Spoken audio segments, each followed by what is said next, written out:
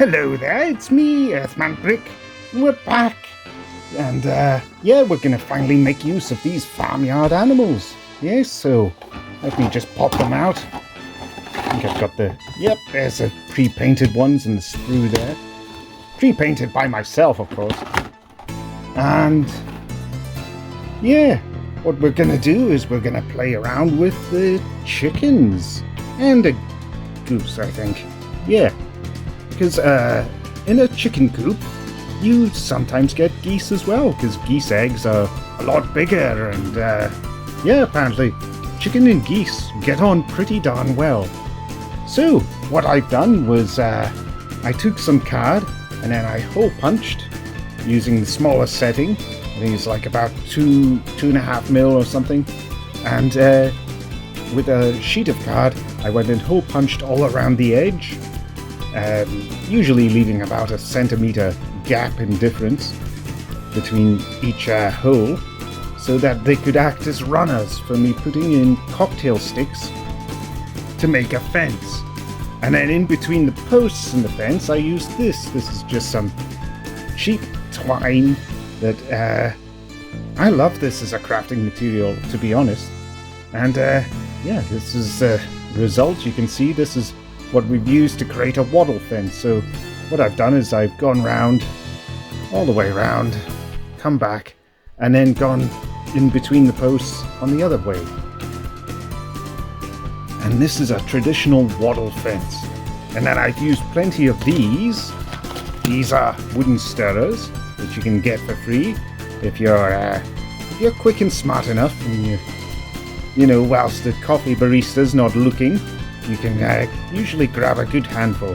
Not that I advocate for that. No, you should buy it all online. You shouldn't ever get anything for free in life. You should always pay. Just kidding. But yes, and what we've done is we've gone over the card with PVA and dropped in some sand just to create a sort of kind of dirt aesthetic. I've used some old pieces of MDF. You don't have to, I was just recycling it. You can usually just get away with using matchsticks or whatever to create the stilts. And then, yep, the wooden stirrers there. I've just taken a piece of card and then created some rows of tiles there. Shingles, tiles, whatever.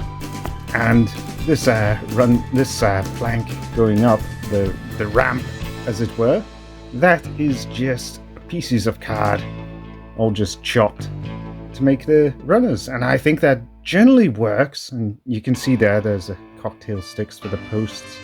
Oh, and I've made some tiny little hinges here, just small bits of card, and then I've just dotted for the screw holes. And I think that's kind of good enough. So what we're going to do is we're going to get to painting it now that you can see how the magic's done. And yeah, we've got all these chickens and geese here, so we'll dot those about once it's all painted up. And I plan to paint it with a nice soft kind of brown, closer towards a light shade of brown. And yeah, I think the whole thing's just going to be painted with various shades of browns. I'm going to try and weather this down, add a few grass tufts, add the chickens and the geese, and maybe some shrubbery around the outside, just where some bits are looking a bit spotty. But anyway, I'm going to get to doing that. Bye for now, see you again soon. Hello again, it's me, we're back.